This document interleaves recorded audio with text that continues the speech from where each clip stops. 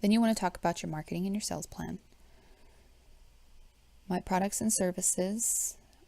What need or want am I fulfilling? What is a problem I'm solving? How much is it going to cost me to make this? What is my pricing structure? And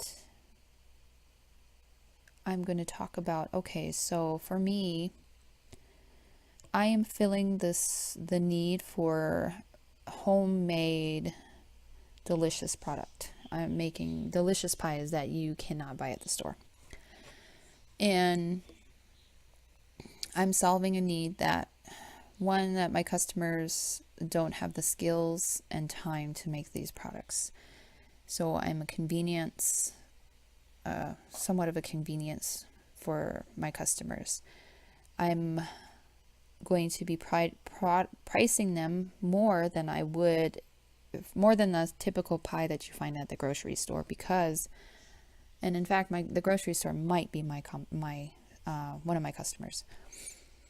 Then I want to price accordingly, and I want to talk about what it's going to cost me to make it.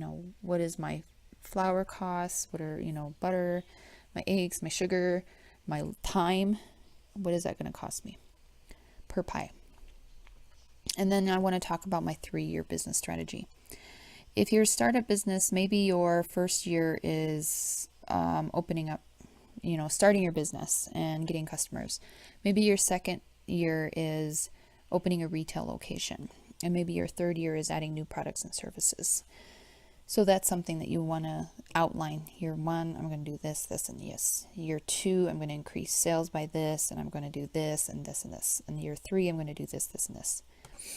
It's not only your strategy, but your goals. The next section is operations. This is really important to describe your location. This is, in my experience, something that people leave out sometimes, and I'm like, okay, where are they at? Maybe they're planning on, maybe they're planning on opening up, but right now they're a home-based business, and that's okay. I want to talk about that. I'm going to start my business as a home-based business. It's going to be operating out of my living room in the back corner. I'm going to control my inventory like this. I'm going to distribute my products like this. I'm going to, maintain my quality control like this, and my technology and equipment I'm using is this. And I'm keeping track of my sales and my costs this way. You want to talk about all this here. Then you want to talk about your key relationships.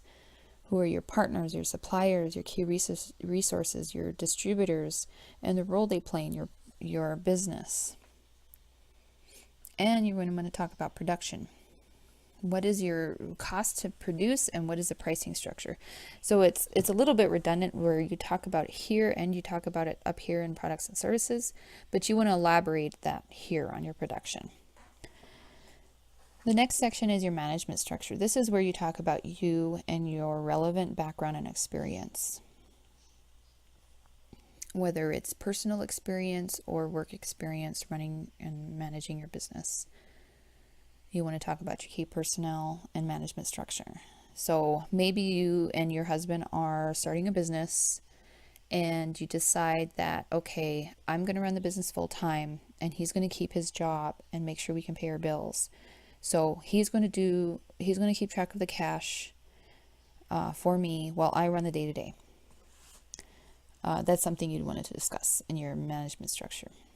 So he's the vice president of finance and I'm the vice president of operations. The next section is where you attach your resume.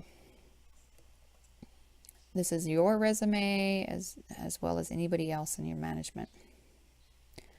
Then you want to talk about your current employees, and then talk about, maybe their title and what they do or during the year. And then you want to talk about their full-time or part-time, seasonal, or year-round status. And then if you are planning on hiring anybody with this funding, you want to talk about them as well.